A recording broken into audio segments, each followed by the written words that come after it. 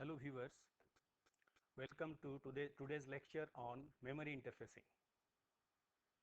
As you know, CPU can be considered as the brain of the computer, but unfortunately the memory is outside the CPU. That means your microprocessor is not having the memory inside the chip, inside the CPU, and memory is outside the chip, outside the microprocessor chip, and all the program which has to be executed will come from the memory. So, you have to interface memory to the CPU through the system bus. We shall discuss about the various types of memory technologies which are available today.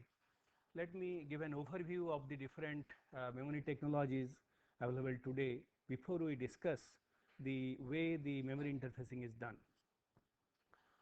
The memory technology can be broadly divided into three categories. As you can see here, the first one is semiconductor memory technology, random access memory and read-only memory belong to this category. Next comes the memory disk technology, floppy, hard disk, CD-ROM. These are all based on magnetic disk technology. That means information is stored magnetically on various mediums. Third category is magnetic tape technology, where different types of tapes and digital audio tape DAT, these are based on magnetic tape technologies. Now, the comparison can be made in terms of access time.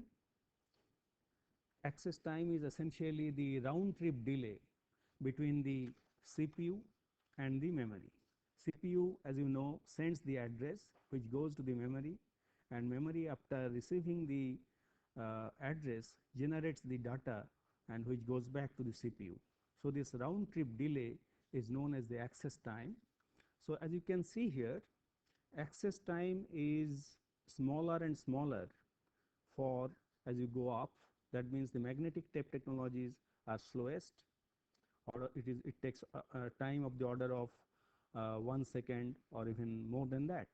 On the other hand, magnetic disk technology takes time of the order of millisecond, as you can see, for accessing data from different types of magnetic disk technology devices like floppy, hard disk and CD-ROM.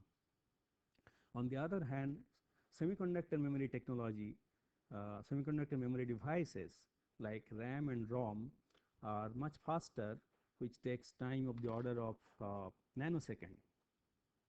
Obviously, this is the fastest, and semiconductor memory technology is fastest. If you compare in terms of cost, we will find that the cost of the semiconductor memory devices is much higher compared to magnetic tape, magnetic disk technology devices, or even the magneto-optic or optical devices. Here the cost is relative.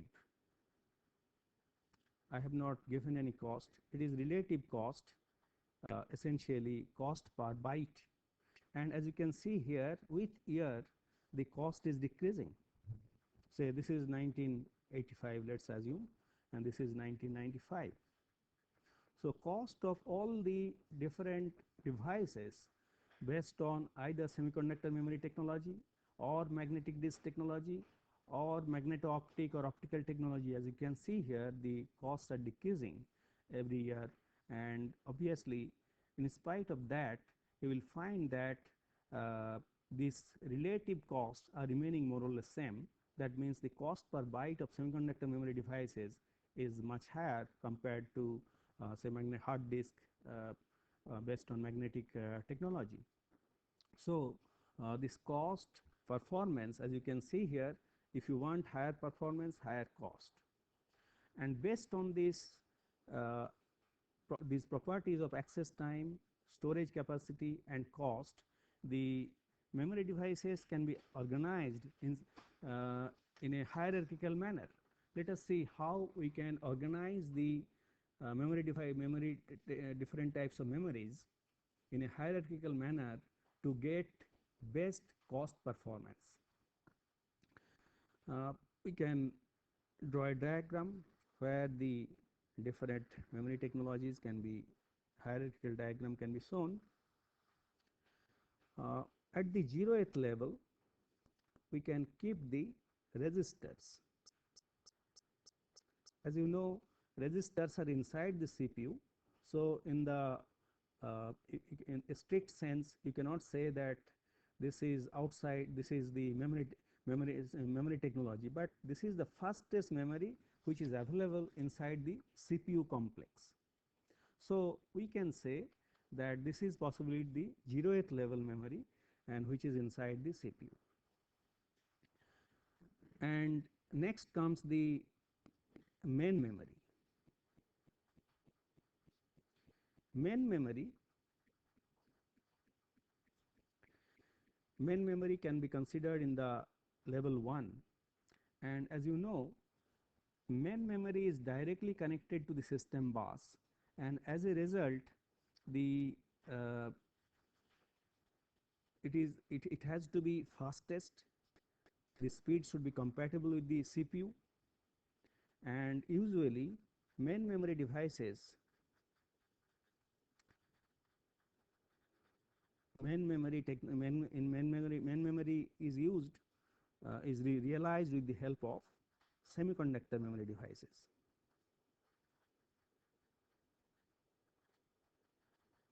Here we have shown the semiconductor memory technologies, RAM, ROM, and RAM, ROM are used as the main memory. Then comes the second level, the secondary memory.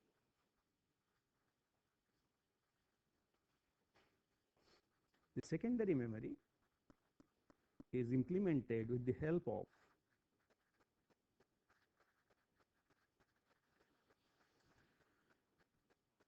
hard disk, magnetic hard disk usually, or it can be even floppy disk,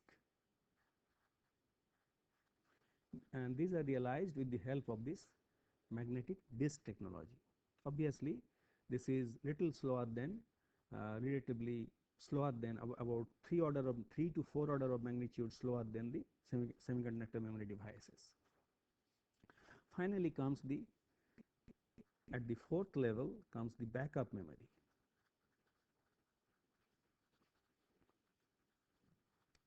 And backup memory devices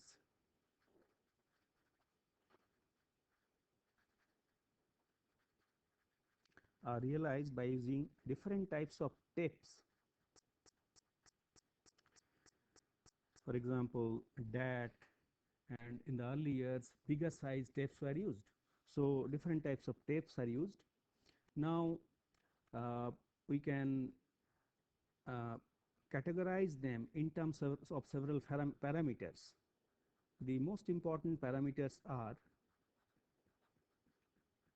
memory size, SI, what is the size of the memory that can be used, then access time,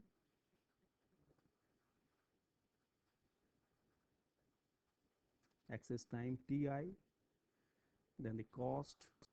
Here cost is cost per byte, so CI, then unit of transfer,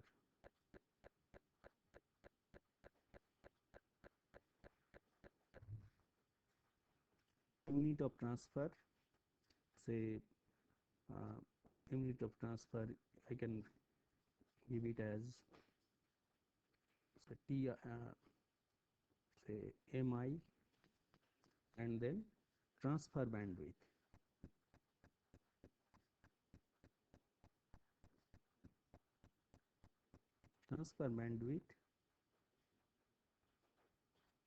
BI.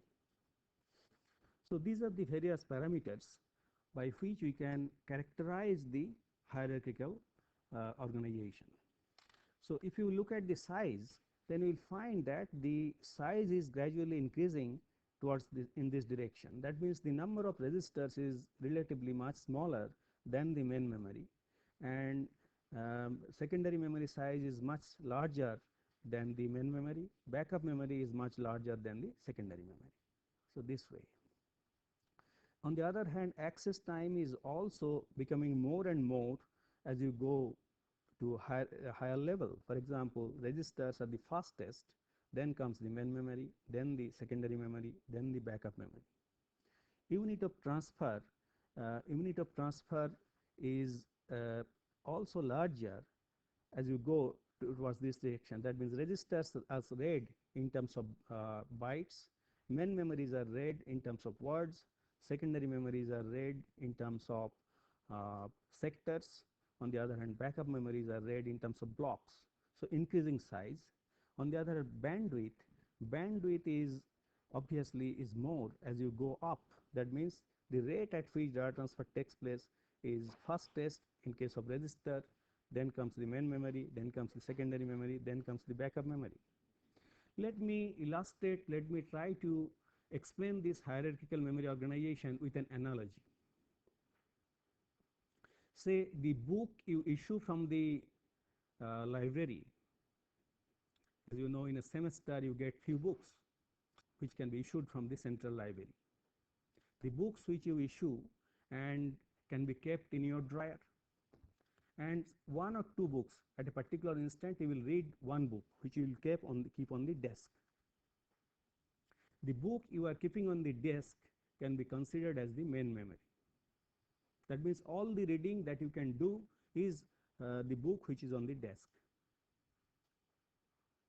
So main memory corresponds to the memory devices which are used to store the program, and any program you want to execute must be present in the main memory. That's why it is called main memory and prime memory. It is the important characteristic that any program which you want to execute must be present on the main memory. Just like the book you want to read must be present on the desk. Now the set of books that you have issued can be considered as secondary memory. That means those books are readily accessible, but you have to take out from the drawer and put it on the desk before you can read it. So the file you want to, which you have stored in secondary memory, have to be transferred to the main memory before the programs can be executed. So the secondary memory, hard disk, these are readily accessible, always present in the system, but you have to transfer from the secondary memory to the main memory, from the hard disk to the secondary memory or main memory before the programs can be executed. And obviously the size of this is larger than the main memory. You can have 3 or 6 books issued from the library and kept with you. Then comes the backup memory. Backup memory can be considered as the whole central library. Central library can have large number of books, but unfortunately the books in the central library are not readily accessible. You have to go and borrow. And another important point is the backup memory is detachable from the system. So the central library can be considered as equivalent to backup memory. Size is unlimited, but not readily accessible. And one important property is that these are detachable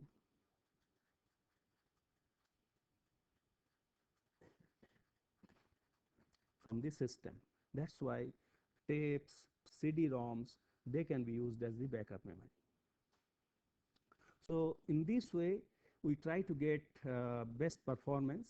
Later on, you will see that in spite of the fact the speed of main memory is increasing, speed of all the devices increasing, there is a big gap between the speed of the CPU and the main memory devices.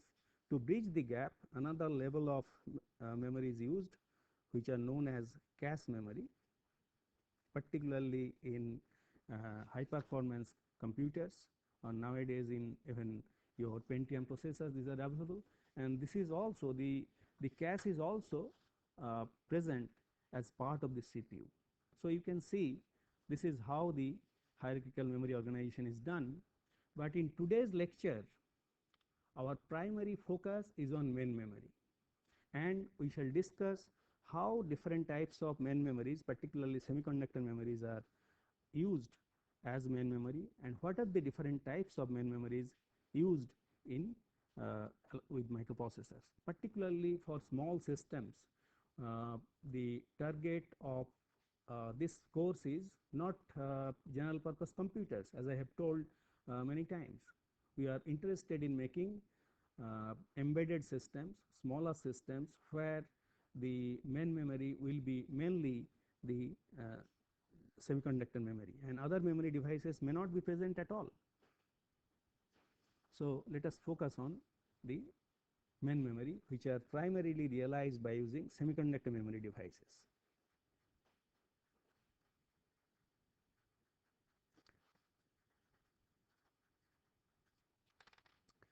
We can categorize it in this way: memory category,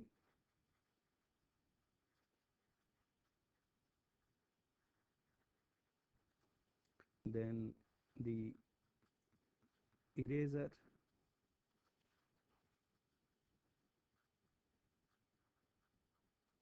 memory, okay, we can memory type.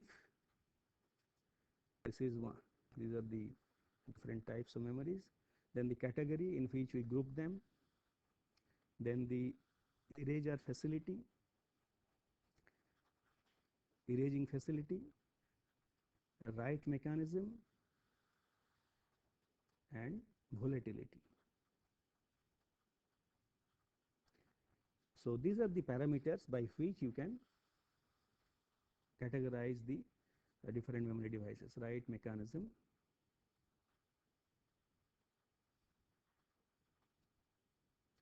first comes the RAM, random access memory. The RAM can be read-write. Random access memory are read-write type. These are fast read-write type memories, and you can perform erasure, that means writing modification can be done by using electrical means.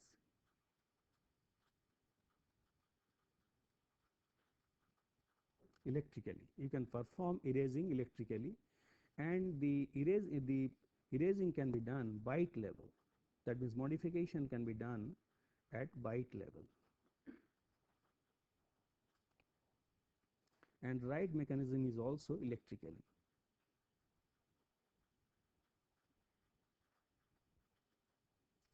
And the RAM is volatile in nature. And this is the most important memory which is present in the microprocessor based systems. And let us focus on the RAM technologies, the way the RAM is implemented, what are the different types of RAM, before we discuss about the other memory types. So first we consider the random access memories, RAMs. The RAMs can be broadly divided into two types: static and dynamic. The static memory devices are realized by using flip-flop like cells. Say this is one, I am realizing one particular cell. You may be knowing, those who have studied VLSI circuit, this is the typical CMOS inverter. This is a CMOS inverter. Now the CMOS inverters are connected back to back. The output of this is connected to input of the other inverter, and output of this inverter is connected to input of this inverter. So this makes a flip-flop because of the positive feedback. Here is your VDD, supply voltage. Here is your ground. Then you can store either 0 or 1 in this particular flip-flop or static memory cell. And for reading purpose, you will require 2 more transistors. This is your word.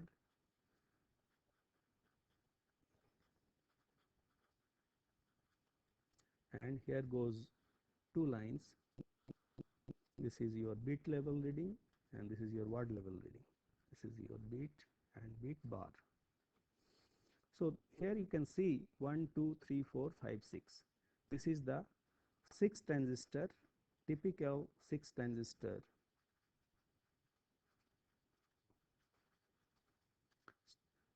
static RAM.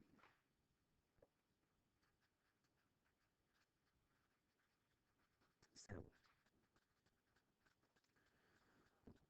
On the other hand, the dynamic RAM requires only one transistor. You can realize a static dynamic RAM by just using one transistor.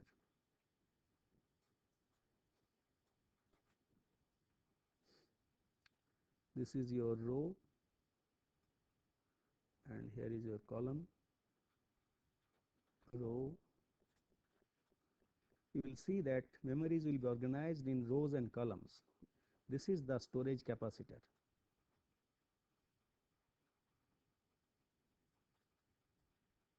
This is storage capacitor where information is stored. That means in dynamic RAM, you are storing information 0 or 1 in capacitors. And you may be asking why you are doing that. The main reason is that you can see to store 1 bit of information, you require only 1 transistor. On the other hand, here you require 6 transistors. Obviously, the static RAM will require more chip area per cell. On the other hand, dynamic RAM will require much lesser area. This is your column capacitor. And that's why this 1 transistor dynamic RAM cell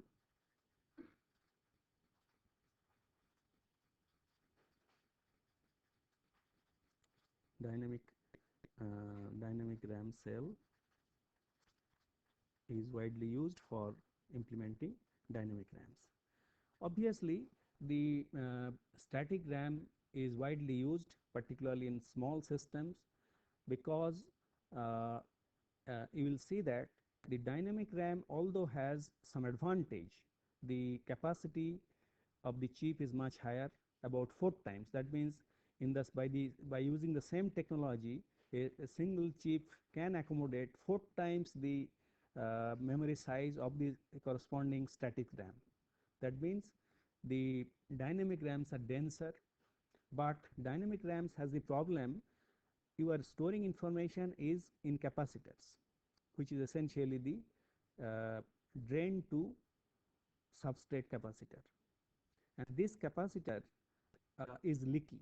That means information which is stored which leaks away. Any capacitor leaks away. This capacitor also leaks away. So you have to make special arrangements for refreshing it at regular interval, and that's why this dynamic RAM interfacing is little difficult and complicated. And although it is cheaper and gives you the cheapest memory to be interfaced in large systems, particularly in general purpose computers, workstations and servers, DRAM is widely used, but you will see for small systems static RAM is preferred, particularly to avoid the interfacing complexity of dynamic RAM. And by using this single cell, how a typical SRAM architecture is realized is shown here. Usually the inside the chip, RAM is organized in 2 dimensions, as you can see here, row and column. You may be asking why. The reason for that is, suppose you don't use 2 dimension, then you will apply all the address lines. Say you have got 16 address line. So after you apply 16 address line, it will go to decoder, and decoder will generate how many lines? 2 to the power 16. So decoder will require say this is your say 0 to n, where n is equal to 2 to the power 16 minus 1. So 0 to n, 2 to the power 16 functions are to be generated, and each function is a each function is a decoder function is a function of 16 variables. So the decoding circuit is very complex. On the other hand, suppose we divide it into two dimensions. The address lines are divided in two dimensions. Here we use, say, this is your row and column. Just like that, this is your row and this is your column. Then 16 address lines are divided into 8 into 8. So let's assume here we use A0 to 7 and here A8 to 15. So this is the row address, this is the column address. Then how many lines will be here? 2 to the power 8, 0 to 255, and here also you will require 0 to 255. So if you add up the complexity, what is the complexity of each of the decoders? How many lines are there? You have altogether 2 to the power 8, 2 into 2 to the power 8 lines. And each of them is a function of 8 lines, 8 address lines. So you can see here the total number of decoder functions, the functions that you are realized by using the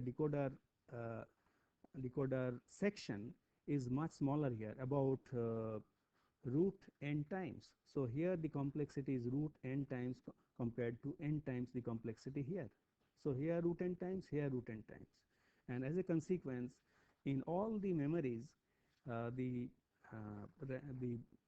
inside the chip, the memory is organized in two dimensions. So here the row address, and we apply the column address here. The total address lines are divided into two parts. Then the address buffer is used for both row and column, and then they are decoded. They are decoded here, column address decoder, and here it is row address decoder. And after decoding, we apply it to a this is your memory cells inside this particular area, cell array we can say, and here each of these cells, this particular cell corresponds to this. So here you have got a cell, and then there is sense amplifier and write circuit, and which reads data, amplifies it, and then through these lines, data inputted output, you read data into any cell, and the data which is stored in it can be taken out. This is the typical SRAM architecture, and similarly you can have a simplified, I have shown a simplified DRAM architecture just to illustrate how, see here each cell is only single transistor cells, and same way you use the row address, column address. As you can see here, the row address and column address is amplified, and here only two address lines are here because you have only 4 cells, and the column address latch is here, row address information is held here, column address amplifier is here. Then you are doing the decoding, and data which is coming out from this can be read, will go to this buffer, and through this buffer the data reading and writing will take place. And as you can see here, each column is having a sense amplifier. That's why whenever you access any element of the row, all the elements of the row gets refreshed because of the sense amplifier, because all the elements of the row gets energized. And that's why whenever we shall discuss later on, if time permits, about the interfacing of dynamic RAM refreshing, then you will see whenever you refresh a particular cell in a row, all the elements of the row gets refreshed. Now you may be asking, what are the relative merits and demerits of SRAM and DRAM? Obviously, SRAM and DRAM, if we write, so SRAM has lower density, lower packaging density. Here you get higher packaging density.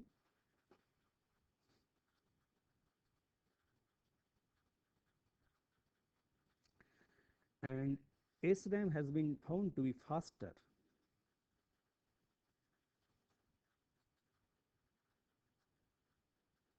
And that is the reason why in your hierarchical memory organization you will find the cache memory is realized by using SRAM.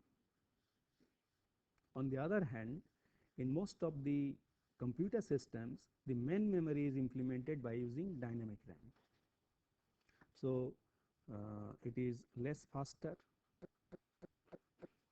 or you can say slower. SRAM is faster than dynamic RAM. Then cost wise, this is costlier, and this is cheaper. And these are the main typical three main characteristics of the SRAM and dynamic RAM. Of course, there is another one, interfacing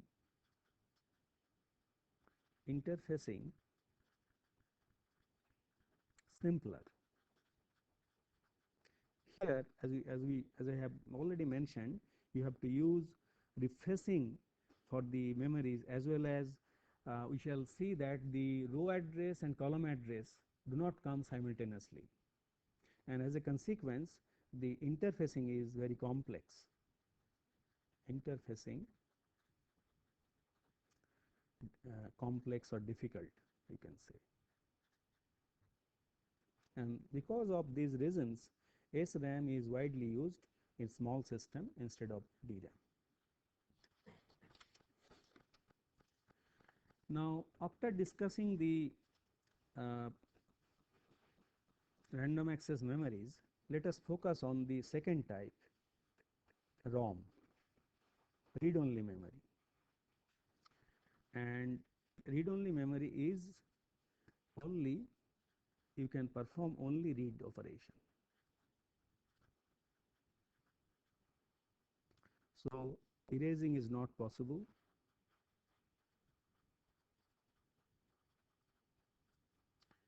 And it is this read-only memory is mask programmable. I shall explain what we mean by that, and it is non-volatile. You may be asking, why do we need ROM? Only RAM can serve our purpose. But you will see that any computer, small or big, will require some ROM as part of their main memory. The reason for that is, as you put the power on, some program inside the computer must become active. So they have to be stored in some non-volatile main memory. Non-volatile means as you turn the power off, the program should not vanish, should not be erased. So that program which should be stored in non-volatile ROM, non-volatile memory, are stored in read-only memory. And particularly a part of the operating system, loader, and those programs are stored in ROM, or monitor program is stored in ROM. So as its name suggests, ROM is, once some program is stored, it cannot be modified. You cannot modify it, because the programming has been done only once, and once program is written, it cannot be modified. You can only read and execute. Although let us try to understand how ROM is realized, and so that we can understand the interfacing of the ROM. In case of read-only memory also, the basic structure is same. You apply the address, say A0, A1 to AN-1, assuming that n-bit address is provided. And this goes to a decoder, and decoder generates those decoded lines n decoded lines 0 to n, where n is equal to 2 to the power n minus 1. Then these are we may consider these as the input lines. These address lines can be considered as the input lines to the ROM. Whereas you have got a number of output lines or data lines, they may be considered as these lines can be considered as the output lines 0 1 0 0, output 0, output 1, output m minus 1. Let's assume you have got m output lines. Then at each junction you have a cell where the information is stored.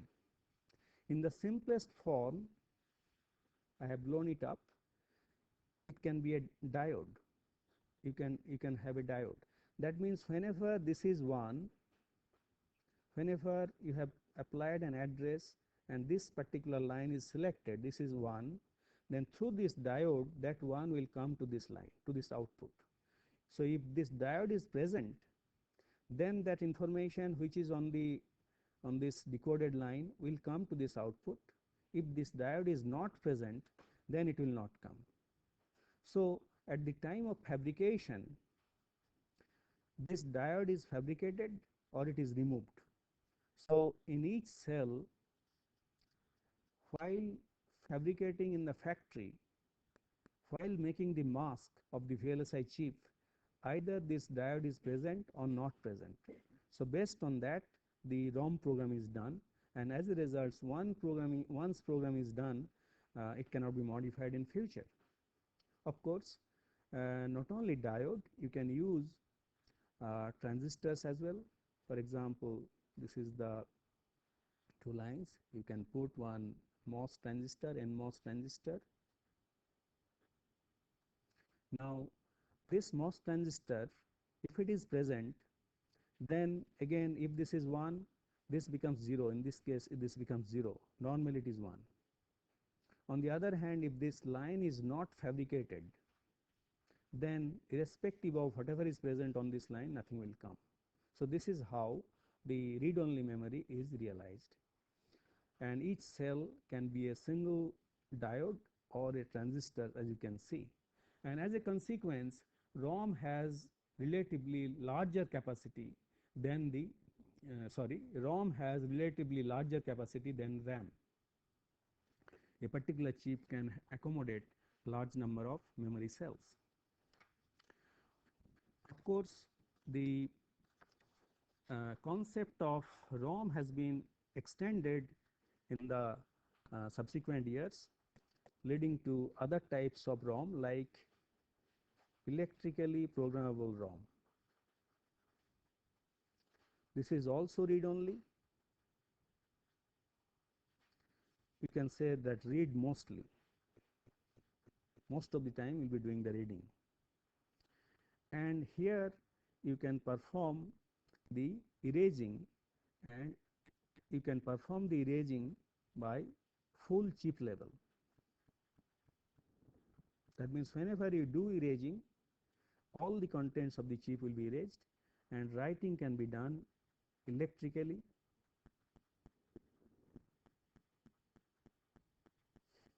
and it is also non-volatile. Obviously, all the ROMs will be non-volatile. Now, how EPROM is realized? What is done, in place of a single transistor like this, a special type of transistor with a floating gate is fabricated. In place of, here we have seen how a transistor can be used. Now in place of this transistor, a transistor with a floating gate is fabricated. So floating gate structure is somewhat like this. So you have the source and drains, N plus, N plus. This is your substrate, P-type substrate. Then you have got a, this is drain connected to VDD, source is connected to ground, and here is your floating gate, and here is your select gate. Then how the writing is done? This can be explained with the help of a potential well.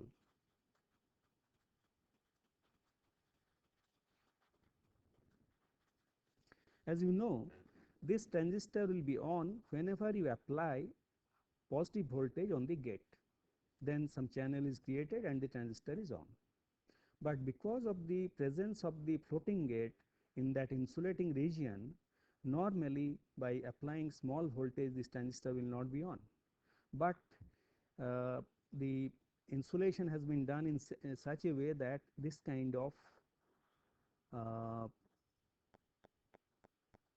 gap is created. So electrons are here. What is being done? The select gate is applied a high voltage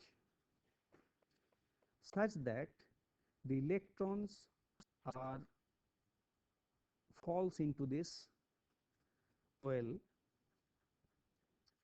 This is trapped in the soil. That means this floating, in other words, this floating gate is charged with positive voltage, and these electrons remains trapped when this high voltage is removed.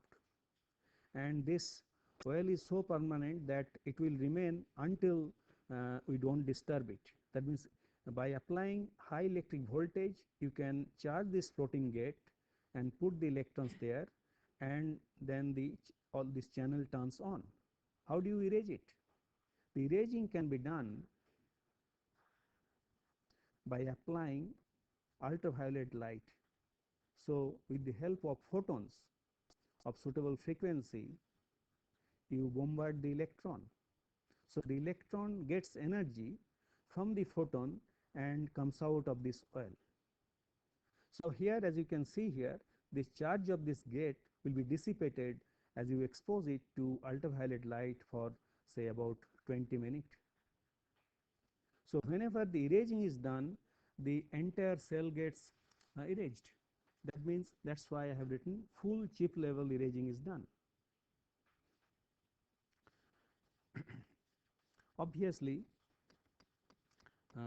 this erasing, for erasing purpose, you have to take out the EEPROM chip from the system, and then the erasing can be done.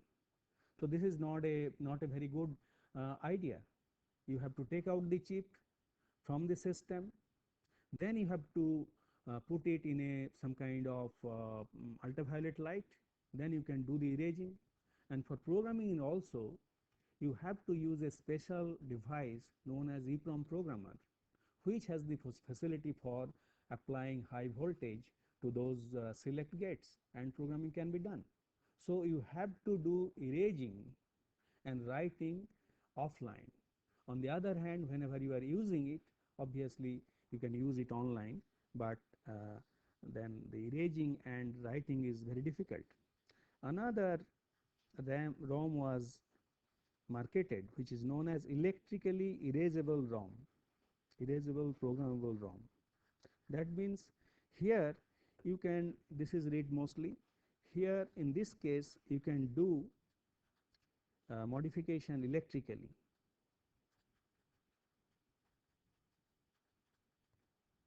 And it can be done just like the RAM byte level. So whenever it was introduced, people have lot of expectation from this EEPROM, that possibly EEPROM will serve the purpose of the main memory technology forever. But unfortunately, the EEROM, electrically erasable and programmable ROM, did not live up to the expectations, and particularly it has many limitations of high cost. The EEROM, or it is also called electrically alterable ROM, has, because of the high cost, low density,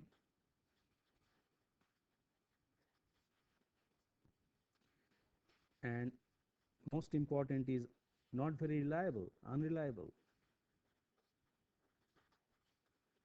Because of these three properties, high cost, low packaging density, and unreliability shown by EEROMs, this EEROM or electrically erasable programmable ROM was not very successful.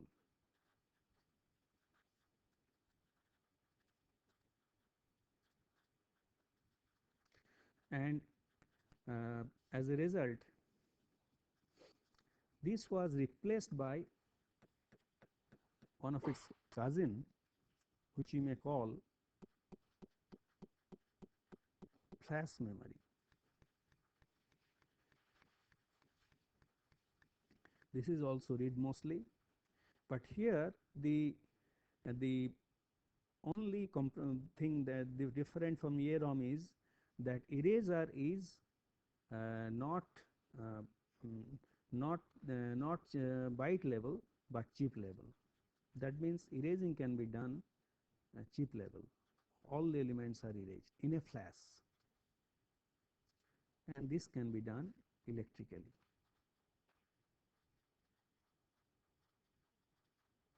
This is also electrically right mechanism, and these are all non-volatile. So let us try to understand what is the main feature of flash memory. Actually, it uses the it has it has best of both the worlds of these two technologies,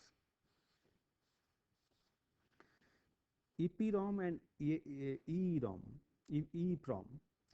You see, the EPROM, as you have seen, is very reliable, fast, and random access memory.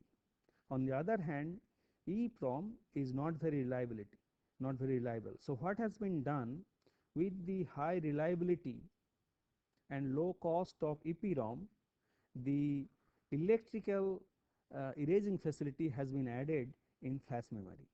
So it enjoys best of both the worlds of EPROM and EEPROM, and flash memory has become very popular nowadays. Particularly flash memory devices can have access time of say 150 nanosecond, quite fast. So when you are using it online, then it is very fast. Of course, for erasing purpose, it will require about 2 seconds, and it can be done in the chip level, as I have told. That means all the elements within the chip gets erased just like your electrically EPROM, electrically programmable ROM. And for to program it, it will require about 4 seconds.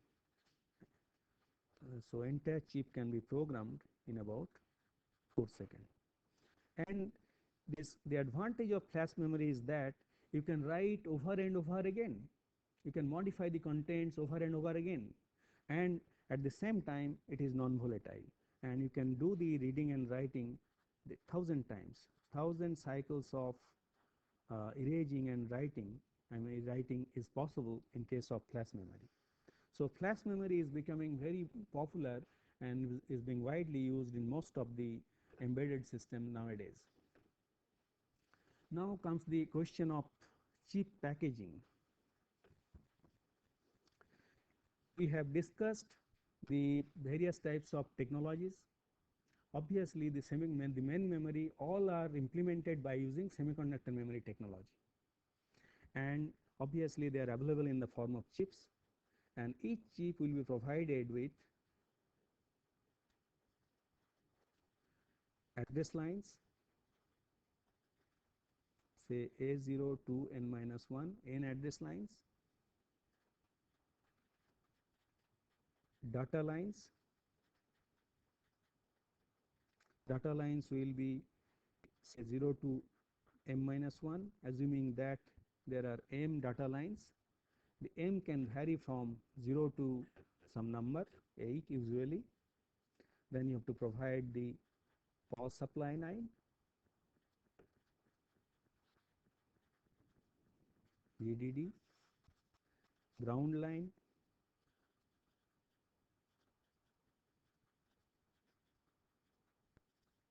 say VSS. Then you will require chip enable line, because in a single system we will find that there will be large number of chips connected to the system, and at a time only one of the chip will be selected, and you will require output lines, output enable line,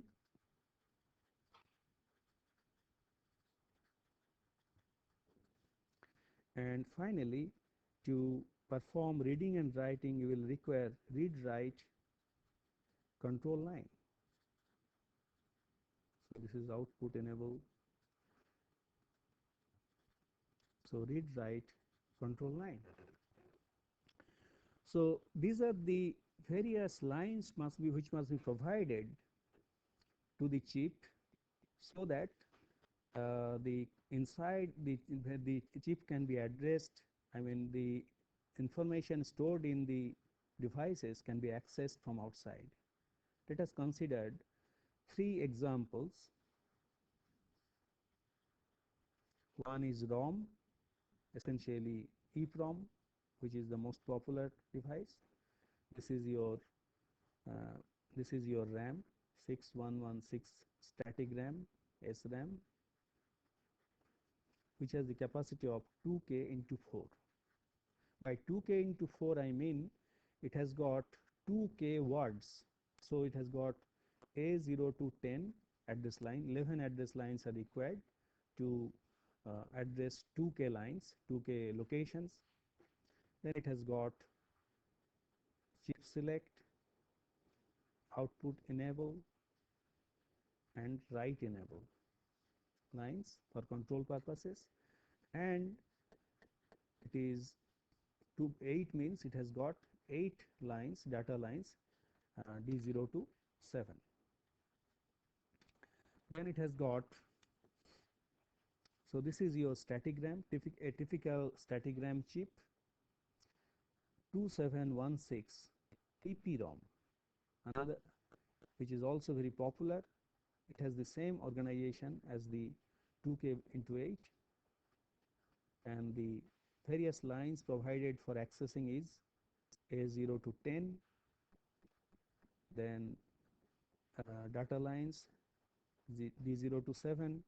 It has got chip enable program. So as you have seen, this chip has to be programmed, and for programming purpose you require a separate line, and then you have got output enable line, and another line is there, VPP. So this is the typical organization of the chip lines, various signal lines provided in EEPROM. Then you have got another RAM, that is your dynamic RAM,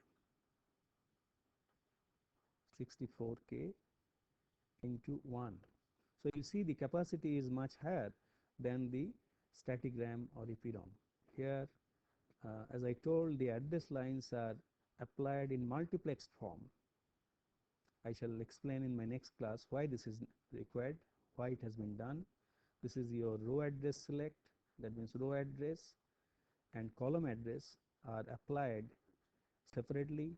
Then you will require write enable, and since it is single bit you will require just D out and D in.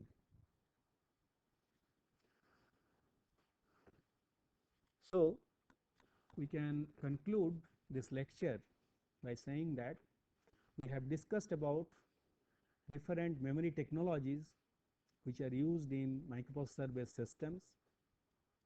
We have discussed the hierarchical organization,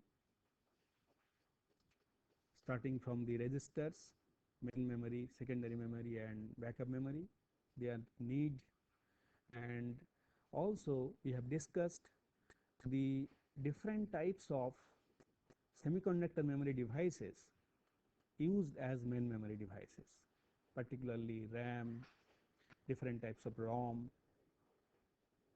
And in the next lecture we shall discuss how these main memory devices can be interfaced to the microprocessor, what are the problems, and how these problems are overcome. Thank you.